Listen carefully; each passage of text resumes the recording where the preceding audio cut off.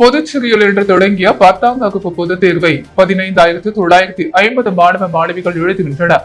மாணவர்களுக்கு ஏதுவாக தேர்வின் பொழுது தடையின்றி மின்சாரம் சேவை ஏற்பாடு செய்யப்பட்டுள்ளது. புதுச்சேரி மற்றும் காரைக்கால் பிராந்தியத்தில் 10ஆம் வகுப்பு பொதுத் தேர்வு என்று தொடங்கி ஏப்ரல் 8 வரை நடைபெறுகிறது. இதற்காக புதுச்சேரி பகுதியில் 37 தேர்வு மையங்களும், காரைக்கால் பகுதியில் 12 தேர்வு மையங்களும் என 49 தேர்வு மையங்கள் அமைக்கப்பட்டுள்ளன. இவ்வாண்டு புதுச்சேரி பகுதியில் 84 அரசு பள்ளிகள், 23 அரசு உதவி பெறும் பள்ளிகள் மற்றும் 122 தனியார் பள்ளிகள் என மொத்தம் 229 பள்ளிகளைச் சேர்ந்த 12,613 பள்ளி மாணவர்களும் 599 தனி தேர்வர்களும் தேர்வு எழுதுகின்றனர். அதேபோல் காரைக்கால் பகுதியில் 25 அரசு பள்ளிகள், 6 அரசு உதவி பெறும் பள்ளிகள் மற்றும் 29 தனியார் பள்ளிகள் என மொத்தம் 60 பள்ளிகளைச் சேர்ந்த 2,479 பள்ளி மாணவர்களும் 259 தனி தேர்வர்களும் தேர்வு எழுதுகின்றனர். தேர்வின் பொழுது தடையின்றி மின்சாரம் சேவை ஏற்பாடு செய்யப்பட்டுள்ளது. தேர்வு நடைபெறும் நாட்களில் தேர்வு எழுத வருகை தரும் தேர்வர்கள் எவரும் அலைபேசி மற்றும் எந்த ஒரு தகவல் தொடர்பு சாதனங்களையும் எடுத்து வர தடை செய்யப்பட்டுள்ளது. முன்னதாக மாணவர்கள் தங்களது பெற்றோர்களுடன் புதுச்சேரியில் பிரசித்தி பெற்ற லட்சுமி ஆயத்ரீவர் ஆலயம் மற்றும் மணக்குள விநாயகர் ஆலயத்தில் சுவாமி தரிசனம் செய்து பேனா உள்ளிட்ட எழுது பொருட்களை வைத்து பூஜை செய்து தேர்வு எழுத சென்றனர் என்பது குறிப்பிடத்தக்கது. தேசிய ஜனநாயக கூட்டணியின் வேட்பாளர் நமச்சிவாயம் பாட்டாளி மக்கள் கட்சியின் நிறுவனர் மருத்துவர் ராமதாஸை தைலாபுரத்தில் உள்ள அவரது இல்லத்தில் சந்தித்து வாழ்த்து பெற்றார்.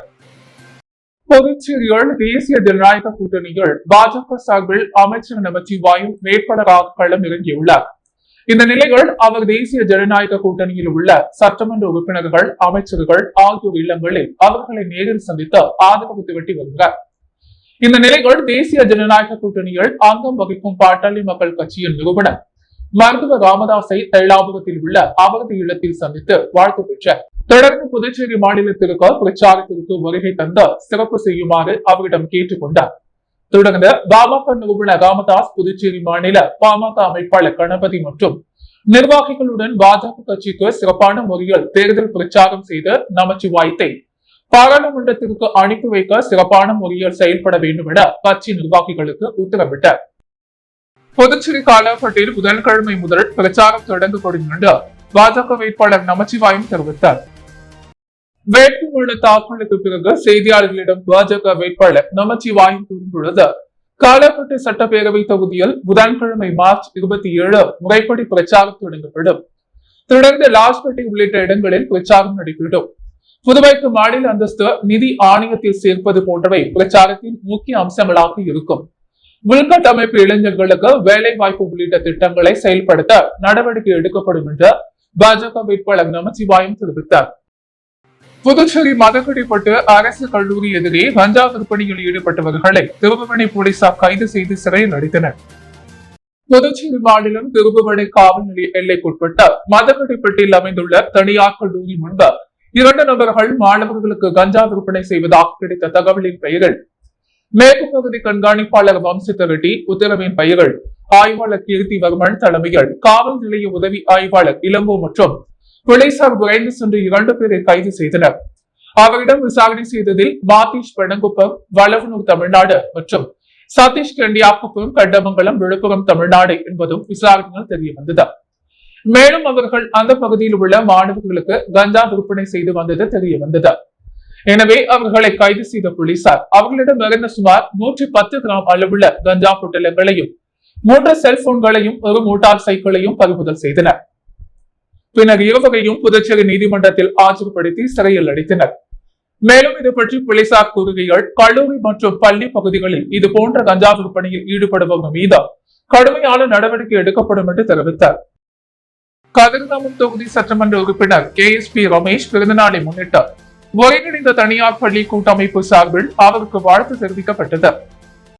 புதுச்சேரி கதிர்காமம் தொகுதி சட்டமன்ற உறுப்பினர் KSP ரமேஷ் பிறந்தநாளை முன்னிட்டு ஒருங்கிணைந்த தனியார் பள்ளி கூட்டமைப்பு சார்பில் சட்டமன்ற உறுப்பினர் KSP ரமேஷுக்கு சாலை போற்று பிறந்தநாள் வாழ்த்து தெரிவிக்கப்பட்டது.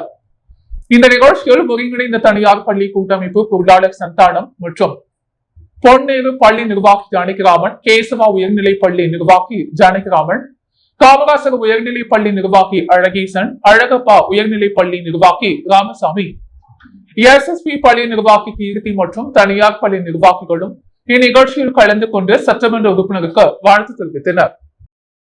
புதுச்சேரி நாம் தமிழர் கட்சி பாராளுமன்ற வேட்பாளர் டாக்டர் மேனகா தனது வேட்புமனுவை தாக்கல் செய்தார். புதுச்சேரியில் பாராளுமன்ற தேர்தல் நடைபெறவுள்ள இந்நிலையில் இந்தியா கூட்டணி சார்பில் காங்கிரஸ் வேட்பாளராக முன்னாள் எம்பி வைத்திலிங்கம், தேசிய ஜனநாயக கூட்டணி சார்பில் பாஜக வேட்பாளராக உள்துறை அமைச்சர் நமச்சிவாய் மற்றும் அதிமுக நாம் தமிழர் உள்ளிட்ட கட்சிகள் தேர்தலை சந்திக்கின்றன. இந்நிலையில் புதுச்சேரியில் பாராளுமன்ற தேர்தலில் நாம் தமிழர் கட்சி சார்பில் போட்டியிட பாராளுமன்ற வேட்பாளராக டாக்டர் மேனகாவை கட்சியின் ஒருங்கிணைப்பாளர் சீமான் அறிவித்திருந்தார். இந்நிலையில் அவர் வேட்புமனு தாக்கல் செய்ய தேர்தல் நடத்தும் அதிகாரி அலுவலகத்திற்கு நாம் தமிழர் கட்சி நிர்வாகிகளுடன் ஊர்வலமாக வந்து தேர்தல் அதிகாரி லோத்தங்கனிடம் தனது வேட்புமனு தாக்கல் செய்தார். தமிழகம் மற்றும் புதுச்சேரியில் உள்ள ஒரு இடங்களில் கூட பாஜக கூட்டணி வெற்றி பெறாது என மார்க்சிஸ்ட் கம்யூனிஸ்ட் கட்சியின் அரசியல் தலைமை குழு உறுப்பினர் ஜி ராமகிருஷ்ணன் தெரிவித்துள்ளார். புதுச்சேரி ஆஜிஸ் நகர் பகுதியில் உள்ள மார்க்சிஸ்ட் கம்யூனிஸ்ட் கட்சி அலுவலகத்தில் செய்தியாளர்களை சந்தித்த அக்கட்சியின் தலைமை குழு உறுப்பினர் ஜி ராமகிருஷ்ணன் செய்தியாளர்களை சந்தித்தார். அப்பொழுது பேசிய அவர், புதுச்சேரியில் கடந்த சட்டமன்ற தேர்தலில் போது பாஜக என்ஆர் காங்கிரஸ் அறிவித்த மாநில அந்தஸ்து, ரேஷன் கடைகளை திறப்பது போன்ற வாக்குறுதிகளை நிறைவேற்றவில்லை என்றும், வீதிக்கு 4 ரெஸ்டோபாக்கள் திறக்கப்பட்டு போதைப்பொருள் நடமாட்டம் மிகவும் மோசமாக உள்ளது. இதன் காரணமாக சமீபத்தில் சிறுமி படுகொலை செய்யப்பட்டுள்ளார் என குற்றம் சாட்டினார். மேலும் ஊழல் என்பதை உண்மை அளவுக்கு கூட பொறுத்துக் கொள்ள மாட்டோம் என பிரதமர் தெரிவித்த நிலையில் கடந்த 70 ஆண்டுகால அரசியல் வரலாற்றில் இல்லாத அளவிற்கு தேர்தல் நிதி பத்திர விவகாரத்தில் மிகப்பெரிய ஊழலை பாஜக செய்துள்ளதாகவும் தெரிவித்தார். மேலும் தேர்தல் பிரச்சாரத்தில் ஈடுபடக்கூடிய என்பதற்காக ஜார்க்கண்ட் மற்றும் டெல்லி முதல்வர்களை அமலாக்கத்துறை மூலம் பாஜக கைது செய்யும் நடவடிக்கையில் ஈடுபட்டுள்ளது என்றார். தொடர்ந்து பேசிய அவர், ஆளுநர்கள் மூலம் பாஜக அரசு அல்லாத அரசுகளை கவிழ்ப்பது, நிர்வாகத்தை சீர்குலைக்கும் வேலையை பாஜக அரசு செய்து வருகின்றன என்றும், தமிழகம் மற்றும் புதுச்சேரியில் ஒரு இடங்களில் கூட பாஜக வெற்றி பெற மாட்டார்கள் என்று, பெரும்பான்மையான இடங்களில் டெபாசிட் இழப்பார்கள் என்றார்.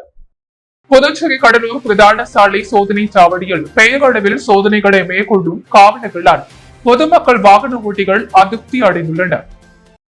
புதுச்சேரியில் நடைபெறவுள்ள நாடாளுமன்ற தேர்தலை முன்னிட்டு தவளக்குப்பம், முள்ளோடை, சோரியாங்குப்பம் உள்ளிட்ட 10க்கும் மேற்பட்ட இடங்களில் சோதனை சாவடிகள் அமைக்கப்பட்டுள்ளது. இங்கு 24 மணி நேரமும் செயல்பட 30 குழுக்கள் அமைக்கப்பட்ட காலை மாலை இரவு என 3 பகுதி நேர பணிகளாக பிரித்து கண்காணித்து வருகின்றன. பொதுவாக தேர்தல்களில் ஒரு குழுவிற்கு ஒரு அதிகாரி, 3 காவலர், வாகன ஓட்டுநர், கேமராமேன் இருப்பர், வாகனங்களை நிறுத்த ஒரு காவலரும், சோதனையில் ஈடுபட ஒரு காவலர் மற்றும் அதிகாரியும், பாதுகாப்பிற்கு ஒரு காவலர் என இருப்பர். அதுபோல இந்த முறை புதுச்சேரி கடலூர் பிரதான சாலையில் உள்ள தவளக்குப்பம் பகுதியில் அமைக்கப்பட்டுள்ள சோதனை சாவடி தேர்தல் துறை சம்பந்தமான 3 அதிகாரிகள், ஒரு காவலர் மற்றும் 5 மத்திய பாதுகாப்பு படையினர் காலை மாலை இரவு என 3 பகுதி நேரங்களில் வாகன சோதனையில் ஈடுபட்டு வருகின்றனர். இருந்தாலும் அவர்கள் பெயரளவிற்கே இந்த வாகன சோதனையில் ஈடுபடுகின்றனர். ஆனால் தேர்தல் அதிகாரிகள் இருந்தால் சோதனை செய்கின்றனர். அவர் சென்றுவிட்டால் அவர்கள் சோதனையை விட்டுவிட்டு ஓய்வெடுத்துகின்றனர். இதனை பார்க்கும் பொதுமக்களுக்கும் வாகன ஓட்டிகளுக்கும் இங்கு என்ன நடக்கிறது, எதற்காக இங்கு அமர்ந்திருக்கிறார்கள் என்று கேள்வி எழுகிறது. எனவே பெயரளவிற்கு நடைபெறுகின்ற இந்த வாகன சோதனையால் தேர்தல் விதிமுறைகளுக்கு எந்த விதத்திலும் பயனளிக்காது என பொதுமக்கள் குற்றம் சாட்டுகின்றனர். தமிழகம் பாண்டிச்சேரி வேளாண் அறிவியல் கல்லூரியில் தேனீ வளர்ப்பு பற்றிய கருத்தரங்கம் நடைபெற்றது. தேசிய சிறு குறு மற்றும் நடுத்தர தொழில் நிறுவனம் மூலம் தமிழகத்தின் சுற்றுச்சூழல் வேளாண் அபிவிருத்தி மையம், பாண்டிச்சேரி வேளாண் அறிவியல் கல்லூரி மற்றும் மதுரை வாபஸ் நிறுவனம் இணைந்த தேனீ வளர்ப்பு பற்றிய கருத்தரங்கம் பாண்டிச்சேரி வேளாண் கல்லூரி வளாகத்தில் நடைபெற்றது. இந்த பயிற்சிக்கு பாண்டிச்சேரி வேளாண் அறிவியல் கல்லூரியின் தாளாளர் ஆக்ரி கணேஷ் தலைமை தாங்கினார். வாபஸ் நிறுவனத்தின் செயலாளர் அருண் முன்னிலை வகித்தார். முன்னதாக கல்லூரியின் உதவி பேராசிரியர் மணிகண்டன் அனைவரையும் வரவேற்று பேசினார். மேலும் நேச்சுரல் அனிஃபார்ம் நிறுவனம் சுந்தர செல்வன் மற்றும் ஏஓ அனிஃபார்ம் நிறுவனர் அண்ணாமலை ஆகியோர் சிறப்புரையாற்றினர். மேலும் சிறப்பு விருந்தினர் ஆக்ரி கணேஷ் பேசுகையால் தேனீ வளர்ப்பின் முக்கியத்துவம் மற்றும் அதன் பயன்பாடுகளை பற்றி விரிவாக எடுத்துரைத்தார். மேலும் பயிற்றுனர் சுதந்திர செல்வன் மற்றும் அண்ணாமலை ஆகிய மாணவர்கள் மற்றும் பொதுமக்களுக்கு தேனீ வளர்ப்பு முறையினை கருத்தியல் மற்றும் செய்முறை முறைகள் பயிற்சி அளித்தனர். இதில் வாபஸ் நிறுவனத்தின் நிகழ்ச்சி ஒருங்கிணைப்பாளர் பிச்சை முத்து மற்றும் சியாட் நிறுவனத்தின் நிகழ்ச்சி ஒருங்கிணைப்பாளர் சத்யா, ஜெயலட்சுமி, கல்லூரியின் உதவி பேராசிரியர்கள் காரிப் மார்க்சிஸ், வினிதா மற்றும் பொதுமக்கள், மாணவர்கள் என 100க்கும் மேற்பட்டோர் கலந்து கொண்டு பயிற்சியினை சிறப்பித்தனர். தேசிய சப் ஜூனியர் மற்றும் ஜூனியர் மல்யுத்த போட்டியில் பங்கேற்க புதுச்சேரி வீராங்கனைகள் மத்திய பிரதேசம் சென்றனர். மத்திய பிரதேசம் மாநிலம் நொய்டாவில் 15 மற்றும் 20 வயதினருக்கான ஆண்கள் மற்றும் பெண்கள் தேசிய அளவிலான சப் ஜூனியர் மற்றும் ஜூனியர் மல்யுத்த போட்டி மார்ச் 28ஆம் தேதி முதல் மார்ச் 30ஆம் தேதி வரை நடைபெறுகிறது. இதில் கலந்து கொள்ள புதுவை அரசு அங்கீகாரம் பெற்ற யுனைடெட் புதுச்சேரி அமெச்சூர் மல்யுத்த சங்கம் சார்பாக மாணவ மாணவிகளுக்கு 1 மாத சிறப்பு பயிற்சி சங்க தொழில்நுட்ப குழு வழங்கியது. இதிலிருந்து தேர்வு செய்யப்பட்ட வீராங்கனைகள் வழியனுப்பு விழா புதுச்சேரி மல்யுத்த நிறுவன செயலாளர் மாஸ்டர் வினோத் தலைமையில் நடைபெற்றது. இதில் சிறப்பு அழைப்பாளராக காவல்துறை கண்காணிப்பாளர் ஜிதா குதண்டராமன் மற்றும் சங்க தலைவர் அன்பழகன் ஆகியோர் மல்யுத்த வீரர்களுக்கு விளையாட்டு உபகரணங்களை வழங்கி வாழ்த்தி வழியனுப்பினர். இந்நிகழ்ச்சியில் துணை செயலாளர் ஜெகன், தாமோதரன், பொருளாளர் சோமசுந்தரம், கிளை செயலாளர்கள் வீரப்பன், ஜெய்ஸ்டூ, ஜான் ஹரிஹரன் மற்றும் நிர்வாகிகள், பெற்றோர்கள் பல கலந்து கொண்டனர். இந்நிகழ்ச்சி ஏற்பாட்டினை பயிற்சியாளர் வசந்த் செய்திருந்தார். புதுவையின் அன்றாட நிகழ்வுகளை காண பாண்டி ஹெட்லைன்ஸ் யூடியூப் சேனலை சப்ஸ்கிரைப் பண்ணுங்க. தொடர்ந்து எங்களுடன் இணைந்திருக்க பக்கத்தில் உள்ள பெல் பட்டனை பிரஸ் பண்ணுங்க. லைக் பண்ணுங்க, ஷேர் பண்ணுங்க. என்றும் உங்களுடன் பாண்டி ஹெட்லைன்ஸ்.